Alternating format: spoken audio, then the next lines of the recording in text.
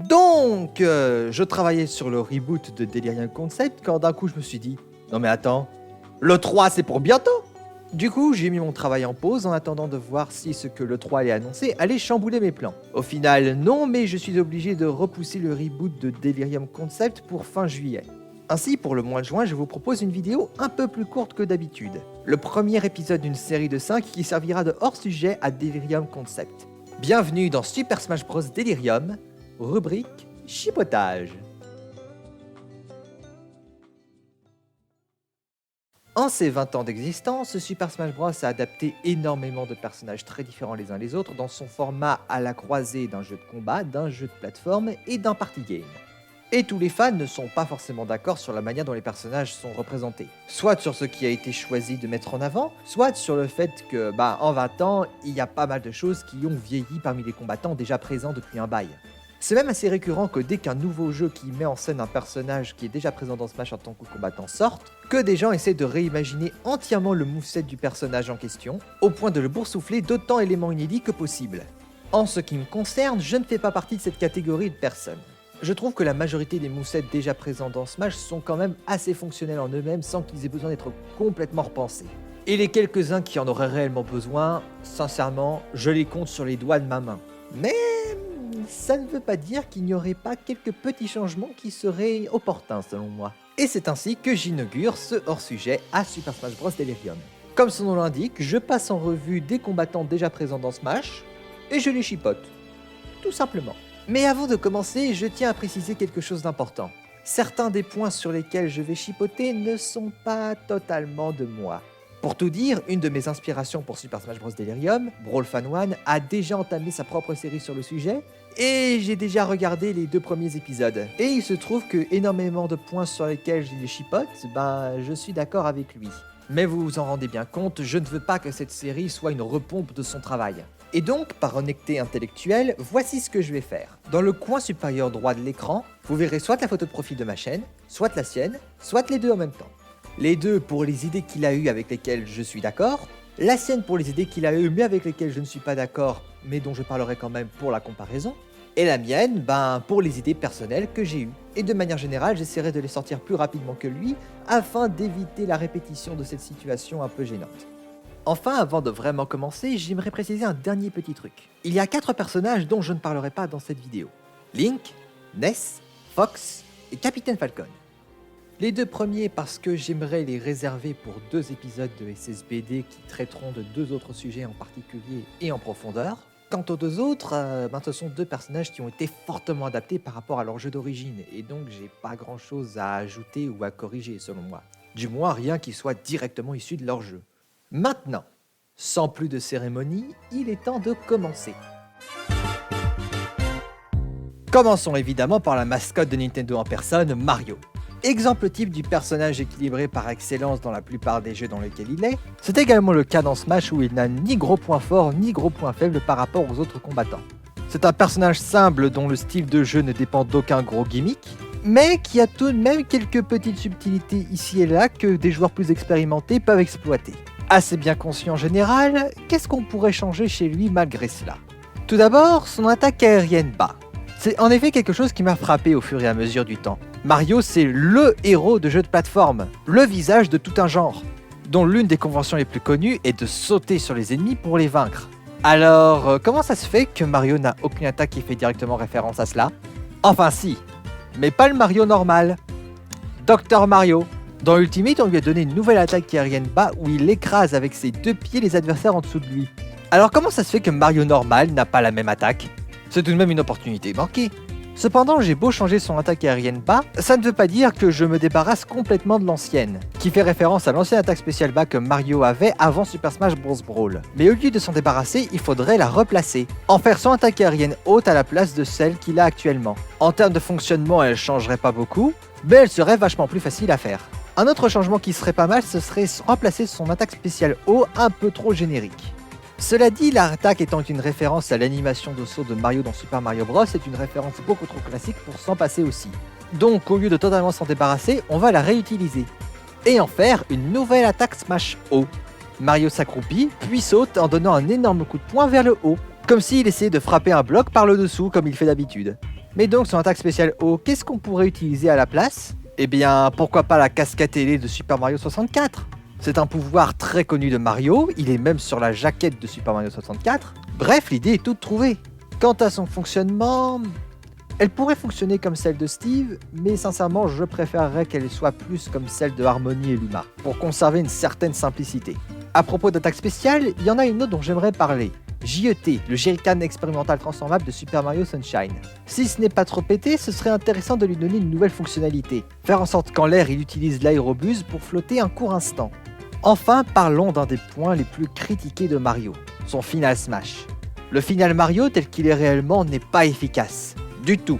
Et beaucoup de gens voudraient le changer. Mais personnellement, j'avais un gros problème avec cette critique populaire. La remplacer, d'accord, mais par quoi? Il est vrai qu'il y a beaucoup d'objets iconiques des jeux Mario qui pourraient remplir ce rôle. Mais j'ai eu beau y réfléchir, il n'y en avait aucune dont l'exécution aurait été distrayante à regarder. Elles paraissaient toutes un peu plates. Ma solution que j'ai trouvée personnellement? Conserver le Final Mario, mais lui donner une exécution totalement différente. Au lieu d'en faire 2 boules de feu qui traversent l'écran, je vais plutôt la faire fonctionner comme un Final Smash à la Donkey Kong. Empreint du pouvoir de la balle Smash, Mario saute, poing levé vers le ciel. Tous ceux cognés par le poing se retrouvent ainsi piégés.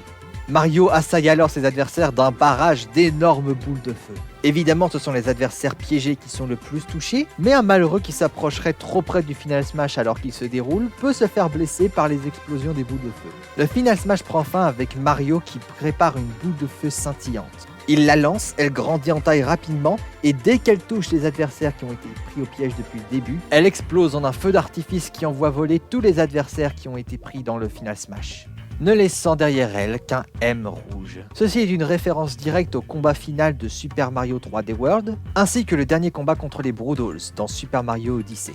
Enfin vient un dernier chipotage ici d'ordre esthétique. Plus précisément, les animations de victoire. Si je comprends qu'on aurait du mal à changer les 3 animations de victoire que Mario a depuis le tout premier Super Smash Bros, c'est tout de même dommage qu'il n'y en a aucune qui fait directement référence à ces jeux. Les 2 en particulier qui manquent sont une où il pourrait sauter au sommet d'un drapeau, comme à la fin des niveaux dans le tout premier Super Mario Bros, ou une autre où on le voit récolter un objet iconique des jeux Mario. Le premier qui vient en tête dans le cas présent, ce serait la super étoile de Super Mario 64. Après, Mario pourra-t-il faire le signe de paix? Ça, faut voir. Pour ceux qui ne comprennent pas, allez voir cette vidéo, c'est un des exemples de censure les plus ridicules que j'ai pu voir.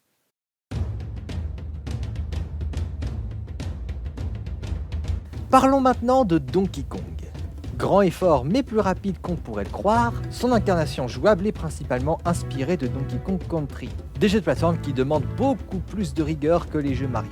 Et ça se ressent dans Smash également. Donkey Kong est très simple à utiliser, mais ceux qui le contrôlent doivent faire beaucoup plus attention à leurs actions. Ce qui se traduit notamment par le fait que Donkey Kong n'a pas de projectiles. Pour lui, c'est combat rapproché et combat rapproché seulement. Mais donc, qu'est-ce qu'on pourrait modifier dans son moveset?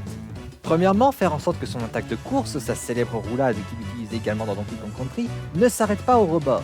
Dans ses jeux d'origine, il est souvent obligé de rouler dans le vide pour utiliser l'inertie de l'action pour sauter beaucoup plus loin. C'est un détail important et il me semble que ça mériterait d'être conservé. Après, vu que Donkey Kong n'est pas très efficace pour revenir sur le stage, ce serait contre-productif s'il n'y avait rien d'autre qui changeait. Mais justement, il y a une idée qui pourrait être intéressante. Supprimer le coup de bout qu'il a en attaque spéciale côté et faire de son attaque spéciale haut le Donkey Kong sa nouvelle attaque spéciale côté. Étant donné que l'attaque fonctionne beaucoup plus sur la longueur que sur la hauteur, c'est logique.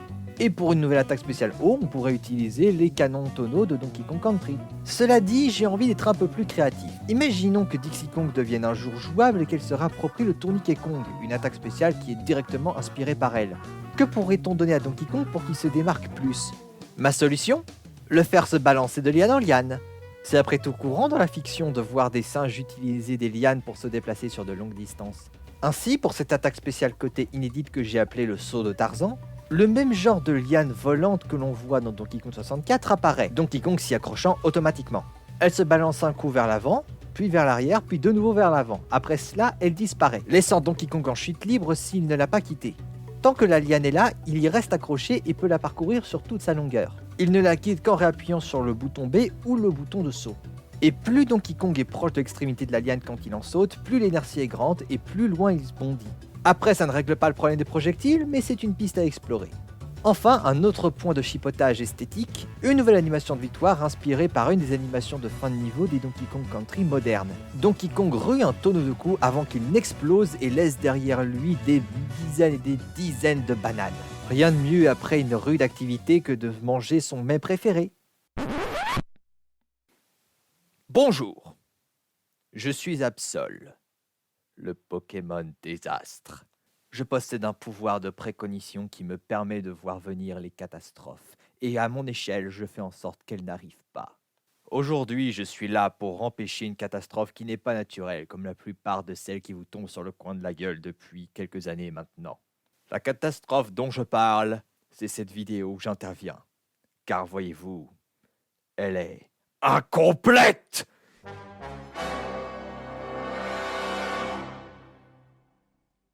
Mais bien évidemment, c'est pour cela que je suis ici. Je suis là pour rappeler tout ce que le créateur de cette vidéo a fini par oublier. Donc, ne perdons plus de temps. Pour ce premier segment incomplet, il y a un élément dont Martin a oublié de parler. Un élément de nature esthétique. À l'époque du premier Smash Bros sur Nintendo 64, Donkey Kong n'avait pas encore de voix officielles. Ainsi, pour combler le vide, ses vocalises étaient principalement des effets sonores génériques de singes. C'est toujours le cas à ce jour où il ne fait que pousser des grognements. Pour le créateur de cette vidéo, ce n'est pas particulièrement dérangeant, mais ce serait en effet judicieux qu'un jour le personnage ait droit à une nouvelle voix. Ou plutôt qu'on utilise son doubleur officiel qu'il a depuis Donkey Kong Jungle Beat. Surtout qu'en comparaison avec Bowser, la transition se ferait bien plus facilement. Enfin, il y a une correction que j'aimerais apporter qui n'en est pas vraiment une. Alors que l'on animait et montait cette vidéo, un nouvel épisode de Ready Moveset Go, un podcast qui crée des movesets pour Super Smash Bros, est sorti. Podcast que l'on suit donc. Et Donkey Kong fut un des 4 personnages abordés dans cette vidéo. Or, notre vidéo était en préparation depuis plus longtemps que cela, comme l'indique l'intro. Mais autant il y a certaines idées qu'ils ont discutées sur le vif qui ressemblent pas mal à certaines que Martin a abordées dans cette vidéo. Toute ressemblance est donc purement fortuite. Samus Aran. De tous les combattants originaux de Super Smash Bros, son moveset est celui qui est souvent le plus critiqué. Elle, qui est une chasseuse de primes très acrobatique dans ses jeux d'origine, est un peu plus rigide dans le cas de Smash. Ce qui fait que Samus est très souvent réimaginé, notamment par les fans de Metroid, parfois de manière trop radicale. Mais donc, quels sont les trucs qu'on pourrait changer chez Samus alors? L'un des points qui revenait le plus souvent, c'était de faire comme Megaman, que ses lasers normaux deviennent son direct et son tir chargé son attaque smash côté. Bien que ces critiques soient populaires, j'avais personnellement un gros problème avec elle. Est-ce que faire ça n'aurait pas rendu Samus encore plus statique qu'elle ne l'est déjà? Pour moi, afin que cela fonctionne, il faudrait faire d'autres changements un peu plus concrets. Et ça tombe bien parce que les récents Metroid 2D ont donné une bonne solution. Une des grandes nouveautés de Samus Returns a été le contre, avec Samus qui riposte un ennemi qui l'attaque avec un uppercut du canon, technique qui, par ailleurs, pourrait remplacer l'actuelle attaque puissante haut de Samus. Mais surtout, Metroid Dread. Rien que dans son premier trailer, on voit 2 choses qui pourraient nous aider à régler le problème de Samus. Tout d'abord, ils ont approfondi la mécanique du contre. Samus peut l'exécuter en se déplaçant, et en ce cas, elle donne un coup de pied circulaire de bas en haut. Parfaitement appropriée pour remplacer son attaque puissante côté actuel, elle pourrait même le faire en marchant. Autre nouvelle technique de Dread, la glissade. Je sais qu'on a déjà beaucoup d'attaques puissantes bas qui sont des glissades, des tacles, mais non seulement ça me paraît quand même beaucoup trop approprié pour qu'on s'en passe, mais ça et le contre-mobile pourraient alors donner à Samus une plus grande mobilité qui lui permettrait de se mettre en place plus facilement pour mieux préparer ses tirs, permettant ainsi de la rendre en effet plus proche de Megaman comme tout le monde le demande. D'ailleurs, parlant de ça, par quoi pourrait-on remplacer l'attaque spéciale neutre de Samus alors? Eh bien, pourquoi pas par l'un de ses outils les plus importants qui est pourtant absent de son moveset. Le rayon de glace est en effet une arme primordiale du personnage, avec quoi elle pourrait tuer les Metroids sinon. Après, pour Smash, son fonctionnement ne serait pas énormément différent de comment le super rayon fonctionne. C'est juste que l'attaque troquerait un peu de sa puissance et de sa force de projection pour la capacité de geler l'adversaire. Ça reste simple. Mais on pourrait avoir une autre fonctionnalité qui découlerait de tout ça, faire en sorte que ces missiles aient un bonus de puissance sur les adversaires gelés, en référence au fait que seuls les missiles peuvent détruire les Metroids gelés. Enfin vient un dernier point sur lequel on pourrait chipoter. On a tendance à l'oublier, mais beaucoup de combattants ont accès à des options de déplacement supplémentaires. Ramper ou s'accrocher au mur, voire être capable de faire des sauts muraux. Par exemple Samus, qu'elle soit dans son armure ou non, est capable de faire des sauts muraux. Mais dans Smash, Samus avec armure n'est pas capable de ramper comme Samus sans armure.